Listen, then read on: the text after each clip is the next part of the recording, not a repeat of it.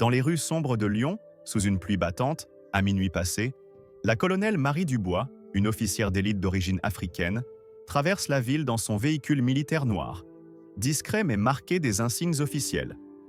Après une réunion éprouvante à la base de Valence, elle roule avec prudence, l'esprit fixé sur son foyer, ignorant qu'un piège l'attend. Soudain, des gyrophares déchirent l'obscurité. L'agent Jacques Lefebvre, un policier arrogant, l'intercepte sans raison apparente.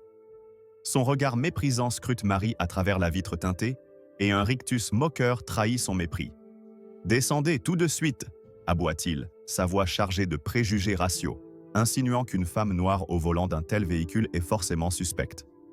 La colère monte en Marie, une rage contenue face à cette injustice flagrante, mais son entraînement militaire la maintient ferme. Elle déclare calmement qu'elle est officière et que le véhicule est gouvernemental, mais Jacques ricane, son ton dégoulinant de dédain. « Vous, une colonelle ? Montrez-moi ça, et vite !» Chaque mot est une gifle, attisant la fureur de Marie, qui sent son cœur battre à tout rompre face à cette humiliation raciale. Pourtant, dans cet instant de tension, elle active discrètement la caméra de son téléphone, déterminée à ne pas laisser cet abus de pouvoir impuni. Cette nuit, sous la pluie glaciale, une bataille pour la justice commence, portée par une femme dont la dignité défie l'oppression. Avant de plonger dans cette histoire, si vous êtes prêt à vibrer d'émotion et à découvrir une vérité choquante, tapez 1 en commentaire et abonnez-vous à la chaîne. Si vous n'êtes pas convaincu, un simple like suffira. Mais restez jusqu'à la fin, une révélation explosive vous attend. Alors que la pluie continuait de marteler les rues de Lyon, laissant dans l'air une tension presque palpable après l'interception brutale de Marie Dubois, la colonelle militaire d'origine africaine, par l'agent Jacques Lefebvre, l'atmosphère s'alourdissait d'une colère sourde. La scène, déjà chargée d'injustice, prenait une tournure encore plus sombre. Jacques, un policier chevronné de la préfecture de police de Lyon, se tenait près du véhicule de Marie, son attitude dégoulinant d'arrogance et de mépris. Sous les éclairs des gyrophares, son visage dur, illuminé par une lampe torche qu'il braquait sans vergogne sur Marie, révélait une hostilité qui allait bien au-delà d'un simple contrôle routier. « Une femme comme vous, dans une voiture pareille, à cette heure ? Ça sent les ennuis », lâcha-t-il avec un rictus, ses mots trempés d'un racisme à peine voilé, comme si la peau noire de Marie était en soi une infraction. La fureur montait en elle, un feu intérieur qui menaçait d'exploser, mais son entraînement militaire, forgé dans des situations bien plus périlleuses, la maintenait ancrée, froide, calculatrice. Jacques, fort de ses 18 ans de service, incarnait l'image du policier intouchable, un homme habitué à faire plier quiconque osait croiser son chemin. Dans les rues de Lyon, il était connu pour son tempérament volcanique et son refus catégorique de toute remise en question. Ce soir-là, il voyait en Marie non pas une officière décorée, mais une cible, une femme noire qui, selon ses préjugés, n'avait rien à faire dans un véhicule officiel. « Papier, maintenant !» aboya-t-il, sa main frôlant ostensiblement la crosse de son arme, un geste destiné à intimider. Marie, les mains visibles sur le volant, baissa lentement la vitre, ses yeux perçant ceux de Jacques avec une intensité qui le fit presque reculer. « Officier, je suis colonel des forces armées françaises. Ce véhicule appartient au gouvernement. Puis-je savoir pourquoi vous m'arrêtez ?» Sa voix, claire et ferme, portait la dignité d'une femme qui avait commandé des unités dans des zones de guerre. Mais Jacques, au lieu de répondre, éclata d'un rire sarcastique. « Colonel, vous ? Arrêtez vos histoires. Sortez du véhicule, tout de suite. » Chaque mot de Jacques était comme une lame, taillant dans la fierté de Marie, attisant une colère qu'elle contenait à grand-peine. Elle n'était pas seulement confrontée à un abus de pouvoir, mais à une attaque raciale explicite, un rappel brutal des préjugés qu'elle avait affrontés toute sa vie. Pourtant, elle ne scia pas. « Sur quelle base légale ?» demanda-t-elle, son ton glacial contrastant avec la tempête intérieure qui bouillonnait. Jacques, déstabilisé par son calme, s'approcha davantage, son visage à quelques centimètres de la vitre. « Vous osez me défier ? Vous savez qui je suis ?» cria-t-il, sa voix résonnant dans la nuit pluvieuse. À cet instant, un passant, un jeune livreur à vélo, s'arrêta à distance, observant la scène avec un mélange de curiosité et d'inquiétude, mais Jacques le chassa d'un geste menaçant. « Dégage, toi !» hurla-t-il, renforçant l'image d'un homme qui se croyait au-dessus de tous. « Marie, sentant la situation dégénérer, comprit qu'elle devait agir avec précision. Elle tendit lentement ses documents, son badge militaire bien visible, mais Jacques les arracha de ses mains, les examinant avec un dédain ostentatoire. « Militaire ou pas ici, c'est moi qui décide », lança-t-il, jetant un regard chargé de mépris sur son nom, Dubois, comme s'il confirmait ses préjugés. Il ordonna alors une fouille du véhicule, une exigence absurde vu l'absence de motifs valables. « Vous cherchez quoi exactement ? Des armes ? De la drogue ?» demanda Marie, sa voix tremblant légèrement sous le poids de l'indignation. Jacques, sans répondre, commença à inspecter l'arrière de la voiture, renversant délibérément une mallette contenant des dossiers militaires confidentiels, un acte provocateur qui fit monter la colère de Marie à son paroxysme. « Touchez à ça, et vous violerez la sécurité nationale », avertit-elle, son ton désormais tranchant comme une lame. Jacques s'immobilisa, un éclair d'hésitation traversant son regard, mais son ego l'emporta. « Vous ne me faites pas peur », grogna-t-il, avant de lui ordonner de marcher en ligne droite sous la pluie, comme une criminelle. Cette humiliation publique, sous les yeux du passant qui filmait discrètement la scène depuis son téléphone, transforma la colère de Marie en une détermination d'acier. Elle obtempéra, exécutant le test avec une précision militaire, chaque pas un défi silencieux à l'autorité abusive de Jacques. Mais ce dernier, refusant de reconnaître son erreur, rédigea une amende pour conduite suspecte et refus d'obtempérer, des accusations fabriquées de toutes pièces. En lui tendant le papier, il murmura avec un sourire narquois « Retournez d'où vous venez ». Ces mots, chargés de haine raciale, furent d'accord la goutte de trop. Marie, serrant le poing, sentit une rage brûlante l'envahir, mais elle se jura que cet affront ne resterait pas sans réponse. Elle remonta dans son véhicule, les phares de la voiture de Jacques s'éloignant dans la nuit, ignorant qu'il venait de déclencher une tempête judiciaire. Alors que la pluie s'estompait doucement sur Lyon, laissant derrière elle une nuit lourde d'humiliation et de colère, la colonelle Marie Dubois regagna son véhicule, les mots racistes et le sourire narquois de l'agent Jacques Lefebvre résonnant encore dans son esprit. Pourtant, dans l'intimité de sa voiture, loin des gyrophares et du regard méprisant de Jacques, une résolution farouche s'ancra en elle. Cette nuit n'était pas un simple incident, c'était une attaque contre sa dignité, son rang et son identité. Malgré la rage qui bouillonnait, Marie, forgée par des années de discipline militaire, resta d'un calme glacial, ses mains serrant le volant comme pour canaliser sa fureur. Elle activa discrètement la caméra de son téléphone, toujours en train d'enregistrer, capturant les derniers instants de cette confrontation où Jacques, inconscient du tsunami qu'il venait de déclencher, s'éloignait avec l'arrogance d'un homme intouchable. Mais Marie n'était pas une victime passive, elle était une combattante, et cette injustice ne resterait pas sans réponse. Dans l'habitacle sombre, éclairé seulement par les lueurs des réverbères, Marie prit une profonde inspiration, ses yeux fixant l'amende absurde que Jacques lui avait remise. Chaque mot griffonné sur ce papier, conduite suspecte, refus d'obtempérer, était une insulte, une tentative de la réduire à une caricature raciale. La colère qui montait en elle n'était pas seulement personnelle, elle portait le poids des innombrables affronts subis par d'autres, des jeunes soldats qu'elle avait mentorés, des civils qu'elle avait vus maltraités, et surtout des femmes noires forcées de se taire face à l'oppression. « Pas cette fois », murmura-t-elle, sa voix tremblante d'une indignation contenue mais explosive. Elle rangea l'amende dans la boîte à gants, mais pas pour l'oublier. Ce document serait une arme, une preuve de l'abus qu'elle transformerait en justice. Soudain, un détail attira son attention. Un message WhatsApp d'un numéro inconnu. Intriguée, elle ouvrit l'application et découvrit une vidéo envoyée par le livreur à vélo qui avait assisté à la scène.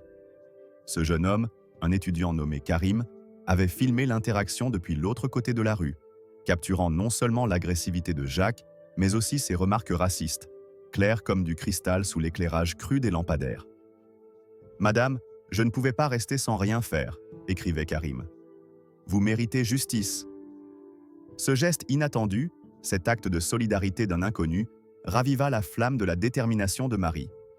Elle répondit rapidement « Merci Karim, votre vidéo changera tout. » Cette nouvelle preuve, ajoutée à son propre enregistrement, formait un dossier accablant contre Jacques, un cocktail de vérité prêt à exploser au tribunal. Marie rentra chez elle, mais le sommeil ne vint pas. Assise à son bureau, dans son appartement modeste du quartier de la Guillotière, Elle repassait mentalement chaque seconde de l'incident. La manière dont Jacques avait brandi sa lampe torche comme une arme, son ton chargé de mépris, sa main frôlant son pistolet pour l'intimider. Elle revoyait son regard, ce mélange de supériorité et de haine qu'il avait visé non pas comme une colonelle, mais comme une femme noire osant exister dans un espace qu'il jugeait indigne d'elle. Cette pensée fit monter une rage viscérale, une tempête intérieure qui menaçait de déborder. Elle tapa du poing sur la table, faisant trembler une pile de dossiers militaires. « Comment ose-t-il » siffla-t-elle, sa voix résonnant dans la pièce silencieuse. Ce n'était pas seulement une question de pouvoir abusif, c'était une attaque raciale, un défi à tout ce qu'elle avait construit à force de sacrifices. Le lendemain matin, Marie contacta son avocat militaire, maître Claire Beaumont, une experte reconnue dans les affaires de droit civil. Elle lui transmit les 2 vidéos, celle de son téléphone et celle de Karim, ainsi que l'amende. « Claire, ceci va au-delà d'une simple infraction. Cet homme a violé mes droits et son comportement raciste est inacceptable, » déclara-t-elle, sa voix ferme mais vibrante d'une colère maîtrisée. Claire, après avoir visionné les enregistrements, resta silencieuse un instant, puis répondit « Marie, ceci pourrait changer les choses, pas seulement pour vous, mais pour tous ceux qui subissent ce genre de traitement à Lyon. Êtes-vous prête à aller jusqu'au bout ?» Marie n'hésita pas. « Absolument. Je veux qu'il rende des comptes, pour moi et pour tous les autres. » Elle passa la journée à préparer sa plainte, rédigeant chaque détail avec une précision militaire. Elle contacta également l'inspection générale de la police nationale, joignant les vidéos et une lettre dénonçant les agissements de Jacques. Dans un élan audacieux, elle demanda une réunion avec le préfet de police de Lyon, déterminée à faire entendre sa voix au plus haut niveau. Chaque action était un pas vers la justice, mais aussi un cri de révolte contre un système qui permettait à des hommes comme Jacques de prospérer. En fin de journée, un collègue, le capitaine Julien Moreau, frappa à sa porte. « Marie, j'ai entendu ce qui s'est passé. »« Tu vas vraiment le faire » demanda-t-il inquiet. Elle le regarda droit dans les yeux. « Julien, si je me tais, qui parlera pour les autres ?» Cette fois, le silence n'est pas une option. Alors que l'aube se levait sur Lyon, baignant la ville d'une lumière pâle qui contrastait avec la tempête intérieure de la colonelle Marie Dubois, la rage qu'elle contenait depuis l'humiliation infligée par l'agent Jacques Lefebvre ne faisait que croître. Après avoir rassemblé les preuves accablantes, sa propre vidéo, celle du jeune témoin Karim et l'amende absurde, Marie s'était jurée de ne pas laisser cet affront raciste et abusif rester impuni. Dans son appartement, les murs semblaient vibrer de son indignation, chaque souvenir de l'attitude méprisante de Jacques ravivant une colère qu'elle transformait en une détermination implacable. Mais à la préfecture de police, loin de l'appartement modeste de Marie, Jacques Lefebvre, inconscient de l'ouragan qu'il avait déclenché, continuait de se comporter comme si sa plaque le rendait invincible, un roi autoproclamé des rues lyonnaises. Jacques, avec ses 18 années de service, était une figure redoutée dans les rangs de la police. Dans les couloirs de la préfecture, son nom évoquait des murmures de crainte et d'admiration mêlés. Il avait bâti sa réputation sur une autorité brutale, un homme qui ne tolérait ni question ni résistance, surtout de la part de ceux qu'il jugeait inférieurs. Son comportement raciste, bien que rarement dénoncé ouvertement, était un secret de polichinelle parmi ses collègues. Lefebvre, c'est le patron sur le terrain, plaisantaient en certains, tandis que d'autres détournèrent le regard, complices par leur silence. Ce soir-là, lorsqu'il était rentré à la préfecture après avoir humilié Marie, il avait jeté sa caméra corporelle sur le chargeur avec un rictus satisfait, comme si l'incident n'était qu'une anecdote de plus à raconter autour d'un café. Assis dans la salle de repos, il fanfaronnait auprès d'un jeune officier, Paul Garnier, un bleu encore impressionné par l'aura de Jacques. « Une femme noire qui se prend pour une colonelle, tu y crois, toi ?» lança-t-il, son rire gras résonnant dans la pièce. Elle m'a montré son badge, comme si ça allait me faire trembler. Paul, mal à l'aise, fronça les sourcils. « Attends, Jacques, tu parles d'une militaire, une colonelle ?» Jacques balaya la question d'un geste dédaigneux. « Peu importe ce qu'elle dit être. Sur la route, c'est moi la loi. » Mais Paul, qui avait suivi une formation à l'académie où une officière noire avait donné une conférence mémorable, insista. « Jacques, si c'était la colonelle Dubois, elle a dirigé des opérations en Afrique, décorée pour bravoure. C'est une pointure. » Pour la première fois, un éclair d'incertitude traversa le regard de Jacques, mais il le chassa rapidement. « Qu'elle soit qui elle veut, Elle a défié mon autorité. Elle l'a cherché. Ce moment de doute, fugace, ne changea rien à son arrogance. Jacques rédigea son rapport avec une désinvolture calculée, notant conduite suspecte et attitude provocatrice pour justifier l'amende. Il omit volontairement les remarques racistes qu'il avait proférées, convaincu que sa version des faits prévaudrait, comme toujours. Mais ce qu'il ignorait, c'était que la vidéo de Karim, le jeune livreur, circulait déjà sur les réseaux sociaux lyonnais. Postée anonymement sur une page communautaire, elle montrait Jacques dans toute sa brutalité, ses propos racistes capturés avec une clarté glaçante. Les commentaires affluaient, des habitants de Lyon exprimant leur indignation. C'est inacceptable. Cet officier doit être suspendu. La vidéo, devenue virale en quelques heures, transforma l'incident en un scandale local, mettant une pression inattendue sur la préfecture. Jacques, de retour chez lui dans un appartement austère du quartier de Vèze, alluma son téléphone et tomba sur la publication. Son sang se glaça en voyant son visage, son uniforme, ces mots odieux exposés aux yeux de tous. « Merde », murmura-t-il, sentant pour la première fois le sol se dérober sous ses pieds. Il tenta de minimiser l'affaire, se convainquant que la vidéo serait oubliée, que sa hiérarchie le protégerait. Mais au fond de lui, une peur sourde commençait à s'installer. Il appela un collègue proche, l'agent Marc Dubois, aucun lien avec Marie, pour se rassurer. « Marc, c'est rien, juste une tempête dans un verre d'eau, non ?» Marc, après un silence, répondit « Jacques, tu as visé la mauvaise personne. Cette femme, c'est pas n'importe qui. Et avec cette vidéo qui tourne, tu vas avoir des problèmes. » La colère de Jacques, d'abord dirigée contre Marie, se tourna contre lui-même. Il se sentait trahi par cette ville qu'il croyait contrôler, par ses citoyens qui osaient mal le juger. Il fracassa son poing contre le mur, hurlant « Elle ne va pas s'en tirer comme ça !» Mais sa rage masquait une vérité qu'il refusait d'admettre. Il avait sous-estimé Marie, non pas à cause de son rang, mais à cause de sa détermination. Chaque mot qu'il avait prononcé, chaque geste menaçant, chaque insulte raciste était désormais une arme contre lui. La vidéo de Karim, combinée à celle de Marie, formait un dossier implacable et la plainte que Marie avait déposée auprès de l'inspection générale prenait une ampleur qu'il n'avait pas anticipée. Dans les jours qui suivirent, les murmures dans les couloirs de la préfecture devinrent des regards appuyés. Ses collègues, autrefois complices de son autorité, commençaient à prendre leur distance. Le préfet, informé par la plainte de Marie et la viralité de la vidéo, convoqua Jacques pour un entretien disciplinaire. « Expliquez-vous, Lefebvre », ordonna-t-il, le ton sec. Jacques, fidèle à lui-même, tenta de se défendre. « Elle m'a provoqué, monsieur. J'ai suivi la procédure. » Mais le préfet, tenant une capture d'écran de la vidéo, secoua la tête. « Vos paroles, vos actes, vous avez déshonoré l'uniforme. » Pour la première fois, Jacques sentit l'ombre d'une sanction planer sur lui, une humiliation qui alimentait sa propre colère, mais aussi une peur qu'il n'avait jamais connue. Alors que l'écho du scandale déclenché par la vidéo virale de l'agent Jacques Lefebvre se propageait dans les rues de Lyon, transformant l'incident en un sujet brûlant sur les lèvres des habitants et sur les réseaux sociaux, la colonelle Marie Dubois, elle, ne se laissait pas emporter par l'agitation. Dans son bureau austère à la base militaire de Bron, elle canalisait sa colère en une stratégie méticuleuse, transformant chaque affront de Jacques en un levier pour la justice. La vidéo de Karim, le jeune livreur, et la sienne, combinées à la plainte déposée auprès de l'inspection générale, avaient ébranlé la préfecture, mais pour Marie, ce n'était que le début. Elle n'était pas une femme qui cherchait la gloire ou les projecteurs. Elle était une soldate, une leader forgée dans l'adversité, et cette bataille contre l'injustice raciale et l'abus de pouvoir était devenue personnelle. Pourtant, sous son calme apparent, une rage profonde brûlait, alimentée par des années de lutte contre les préjugés et par l'audace de Jacques à la réduire à une caricature.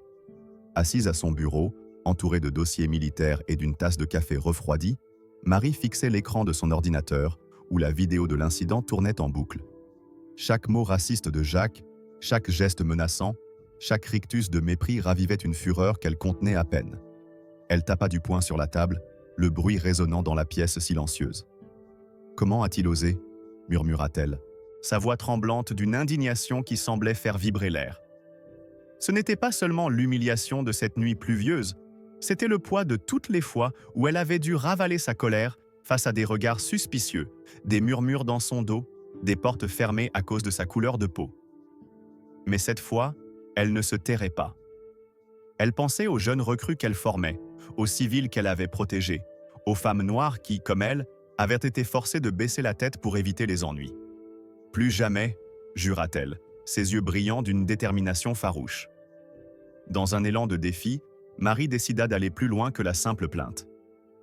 Elle contacta une association lyonnaise de défense des droits humains, Égalité pour tous, connue pour son militantisme contre les abus policiers. Lors d'une réunion secrète dans un café discret du quartier de la Croix-Rousse, elle rencontra Amina, une activiste charismatique qui avait vu la vidéo virale. « Colonel Dubois, votre histoire peut changer les choses », dit Amina, les yeux brillants d'admiration. « Cette vidéo, c'est une arme. Elle montre le vrai visage de certains dans la police. Laissez-nous la diffuser encore plus largement. » Marie, d'abord réticente à l'idée de médiatiser l'affaire, sentit sa colère se transformer en une force collective. « Faites-le, » répondit-elle, son ton ferme. « Mais je veux que ce soit pour la justice, pas pour la vengeance. » Amina acquiesça, et en quelques heures, la vidéo fut partagée par des médias locaux, provoquant une vague de manifestations spontanées devant la préfecture, où des pancartes clamaient « Stop au racisme policier » et « Justice pour Marie Dubois ». Ce soutien populaire, inattendu, intensifia la pression sur Jacques et la police lyonnaise.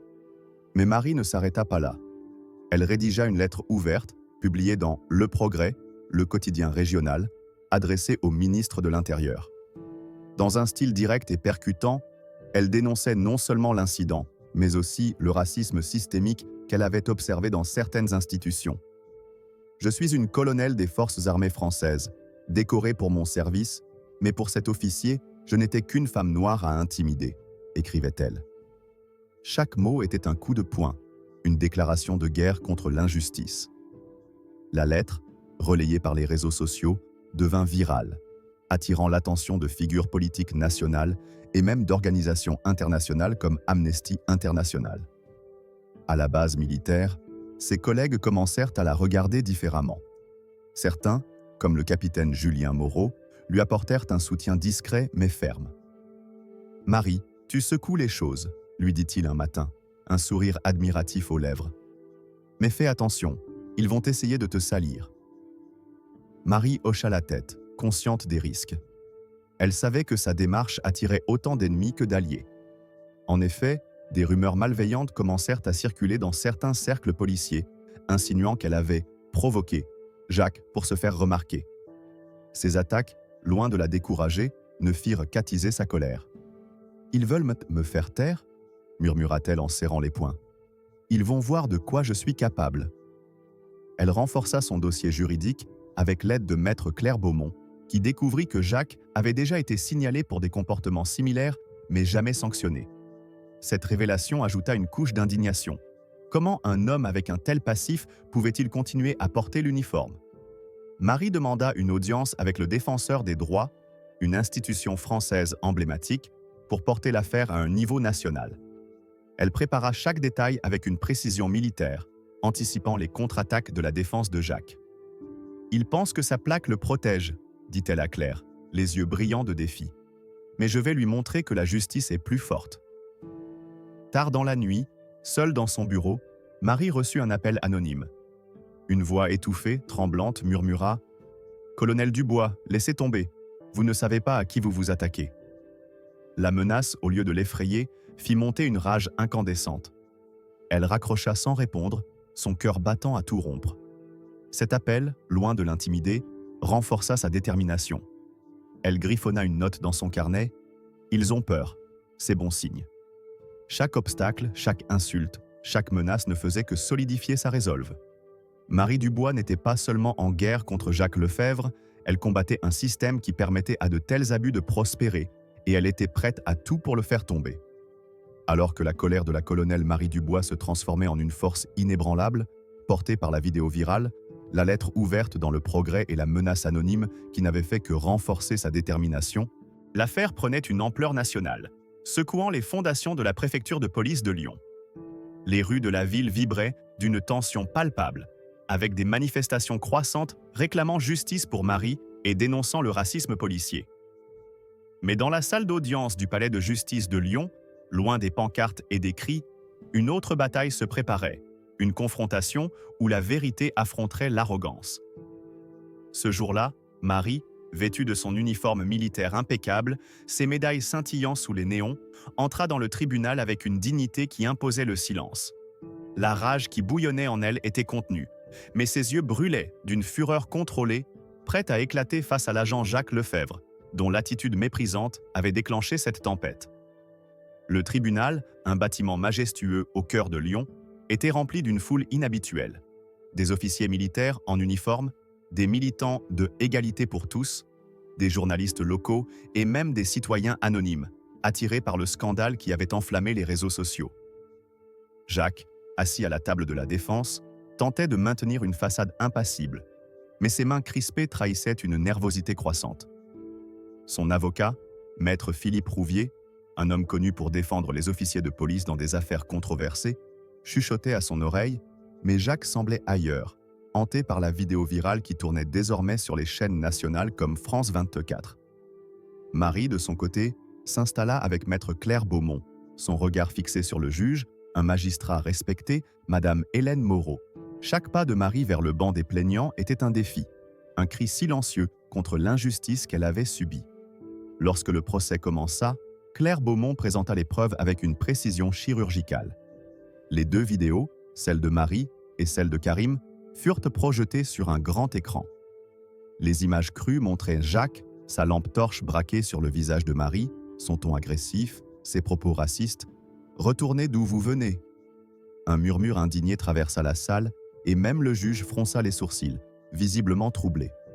La colère de Marie, jusque-là contenue, menaçait d'exploser à chaque mot de Jacques rejoué, chaque insulte raciale amplifiant la douleur et la fureur qu'elle avait ressentie cette nuit-là. Elle serra les poings sous la table, son cœur battant à tout rompre, mais elle resta droite, son uniforme symbolisant non seulement son rang, mais aussi sa résilience face à l'oppression. Un moment de tension survint lorsque Claire appela un témoin surprise. Karim, le jeune livreur qui avait filmé l'incident. Son témoignage, livré avec une nervosité touchante, bouleversa la salle.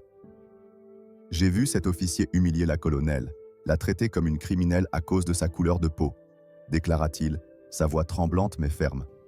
Je ne pouvais pas rester sans rien faire. » Ce geste spontané d'un étudiant ordinaire, risquant sa sécurité pour dénoncer une injustice, ajouta une dimension humaine au procès, transformant l'affaire en un symbole de résistance collective. Les spectateurs, émus, échangèrent des regards, certains essuyant des larmes, tandis que Jacques baissait la tête, incapable de soutenir le regard accusateur de Karim. L'avocat de Jacques, Rouvier, tenta de contre-attaquer, insinuant que Marie avait provoqué l'incident en défiant l'autorité légitime de l'agent. « N'est-il pas possible, colonel Dubois, que vous ayez mal interprété l'intention de l'officier ?» demanda-t-il, son ton mielleux cachant une accusation implicite. Marie, sans ciller, répondit d'une voix qui claqua comme un fouet. « Monsieur Rouvier, un officier qui me traite de suspecte à cause de ma peau et me menace avec son arme ne fait pas son travail. Il abuse de son pouvoir. » Sa réponse, chargée d'une colère contenue, fit taire la salle. Même le juge hocha légèrement la tête, impressionné par sa clarté. Un rebondissement inattendu survint lorsque Claire révéla des rapports internes de la préfecture, obtenus grâce à une fuite anonyme d'un officier désabusé. Ces documents montraient que Jacques avait été impliqué dans 3 autres incidents impliquant des remarques racistes, tous étouffés par sa hiérarchie. Cette révélation fit l'effet d'une bombe, provoquant des exclamations dans la salle et intensifiant la colère collective. Marie, en entendant ces détails, sentit une rage incandescente monter en elle. « Combien d'autres ?» pensa-t-elle, imaginant toutes les victimes silencieuses de Jacques. Elle se leva pour témoigner, décrivant l'incident avec une précision militaire, chaque mot un coup porté contre l'arrogance de son agresseur. « J'ai servi mon pays sous des tirs ennemis, mais jamais je n'ai été aussi humiliée que par cet homme qui se cache derrière son uniforme, » déclara-t-elle, sa voix vibrant d'une fureur à peine contenue. Le juge, après avoir visionné les vidéos une seconde fois, posa un regard sévère sur Jacques. « Officier Lefebvre, vos actions ont déshonoré votre fonction, » dit-elle, son ton tranchant. Jacques, pour la première fois, sembla se ratatiner, son assurance brisée par le poids des preuves et la colère collective qui emplissait la salle. Marie, immobile, sentit une satisfaction amère. Ce n'était pas une victoire personnelle, mais un pas vers la justice pour tous ceux que Jacques avait brisés. Lorsque les portes du palais de justice de Lyon se refermèrent derrière la colonelle Marie Dubois, après un procès où la vérité avait éclaté avec la force d'un ouragan, l'écho des révélations, les vidéos accablantes, le témoignage poignant de Karim et les rapports internes dévoilant le passé raciste de l'agent Jacques Lefebvre continuaient de résonner dans la ville. Mais ce n'était pas encore la fin. Quelques semaines plus tard, dans une salle d'audience plus calme, où l'absence des caméras et des manifestants rendait l'atmosphère presque oppressante, le verdict final allait tomber. Marie, toujours droite dans son uniforme militaire, ses médailles scintillant comme un défi silencieux, entra avec une dignité inébranlable. Pourtant, sous cette façade stoïque, une colère incandescente brûlait encore, alimentée par l'arrogance de Jacques et par le système qui avait permis à un homme comme lui de prospérer. Ce jour-là, elle ne venait pas seulement pour elle, mais pour toutes les victimes anonymes de l'abus de pouvoir et du racisme, déterminées à ce que justice soit rendue. La juge, Madame Hélène Moreau, une figure respectée pour son impartialité, présidait la séance avec une gravité qui imposait le silence. Jacques, assis à la table de la défense, semblait diminuer, son assurance habituelle brisée par la tempête médiatique et les preuves écrasantes. Son avocat, Maître Philippe Rouvier, tentait de sauver la face, mais son regard trahissait une résignation croissante. Lorsque la juge prit la parole, sa voix claqua comme un verdict divin. Dans l'affaire Dubois contre Lefebvre, le tribunal a examiné les preuves et les témoignages. Elle marqua une pause, ses yeux balayant la salle. L'agent Jacques Lefebvre a violé les droits constitutionnels de la colonelle Marie Dubois par une interpellation illégale, des propos racistes et un abus de pouvoir manifeste. Un frisson parcourut l'audience, et Marie, malgré son calme apparent, sentit une vague de satisfaction amère l'envahir. Chaque mot de la juge était une gifle à l'arrogance de Jacques, mais aussi un cri de victoire pour ceux qui l'avaient opprimé. Le verdict était sans appel. Jacques fut condamné à verser 7 000 € de dommages et intérêts à Marie, une somme symbolique comparée à l'humiliation subie, mais ce n'était pas tout. La juge ordonna une suspension immédiate de Jacques pendant 6 mois, assortie d'une formation obligatoire sur les droits humains et la lutte contre les discriminations. De plus, l'affaire fut transmise aux défenseurs des droits et au ministère de l'Intérieur pour une révision des pratiques policières à Lyon. Cet incident ne restera pas sans conséquences, déclara la juge, son ton chargé d'une autorité implacable. La police est au service des citoyens, pas au-dessus d'eux. Ces mots firent trembler Jacques, qui baissa la tête, incapable de soutenir le regard de Marie ou de la salle. Mais un rebondissement inattendu survint lorsque la juge révéla une sanction supplémentaire, fruit de la pression publique et des révélations sur le passé de Jacques. Une enquête interne serait ouverte sur les 3 incidents précédents mentionnés dans les rapports divulgués, avec la possibilité d'une révocation définitive si d'autres abus étaient reconfirmés. Cette annonce fit l'effet d'une bombe. Dans la salle, des murmures d'approbation éclatèrent, et un journaliste local, présent discrètement, griffonna frénétiquement dans son carnet, prêt à titrer « Un policier raciste face à la justice. La chute de Lefebvre ». Marie, immobile, sentit sa colère se mêler d'une lueur d'espoir. Ce verdict n'était pas seulement une victoire personnelle, mais un message clair à tous ceux qui se croyaient intouchables derrière leur uniforme. Jacques, en entendant la sentence, serra les poings, son visage blême de rage et d'humiliation. Il murmura à son avocat « Ils ne peuvent pas me faire ça ». Mais Rouvier, secouant la tête, lui intima le silence. La réalité s'abattait sur Jacques comme un coup près. Sa carrière, autrefois protégée par la complaisance de ses supérieurs, vacillait. Dehors, une petite foule de militants d'égalité pour tous attendait, brandissant des pancartes réclamant « Justice pour tous ». Lorsque Jacques sortit, tête baissée, les flashs des caméras l'aveuglèrent, et un cri isolé « Raciste !» fusa depuis la foule, amplifiant son humiliation.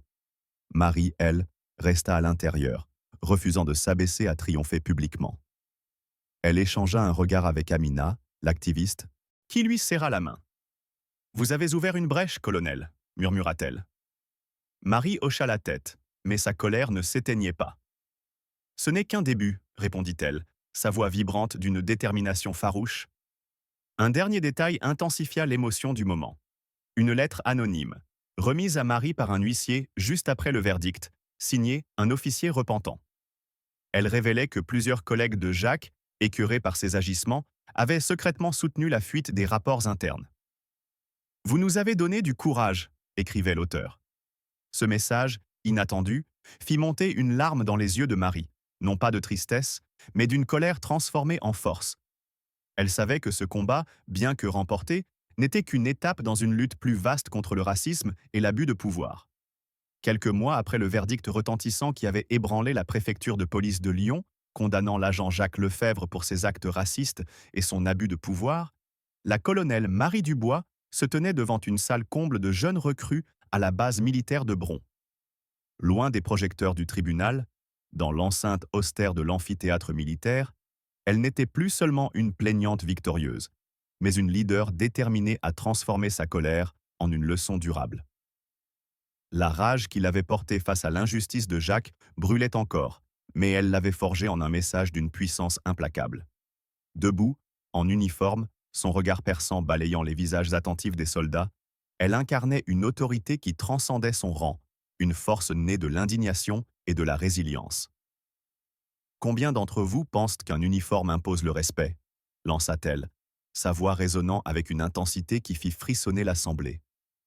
Quelques mains hésitantes se levèrent, mais Marie secoua la tête, un éclat de fureur contenu dans les yeux. Le respect ne vient pas d'une médaille ou d'une plaque. Il se gagne par vos actes, par votre honneur.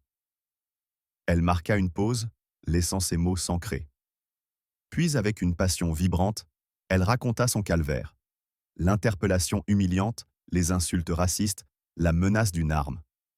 Cet homme a cru que son pouvoir le rendait intouchable, dit-elle, sa voix tremblante d'une colère maîtrisée. Mais il a oublié une chose. Le vrai pouvoir, c'est de défendre la justice, même quand tout vous pousse à vous taire. Un moment poignant survint lorsqu'elle révéla une lettre reçue d'une jeune femme noire, inspirée par son combat, qui avait osé dénoncer un abus similaire dans une autre ville. « Votre courage m'a sauvée », écrivait-elle. Cette lettre, brandie par Marie, devint un symbole, attisant sa colère contre un système qui tolérait encore de telles injustices. « Chaque silence renforce les oppresseurs », s'écria-t-elle, son poing serré. « Alors, levez-vous, parlez, agissez. » Les recrues, galvanisées, se redressèrent, leurs yeux brillants d'une nouvelle détermination.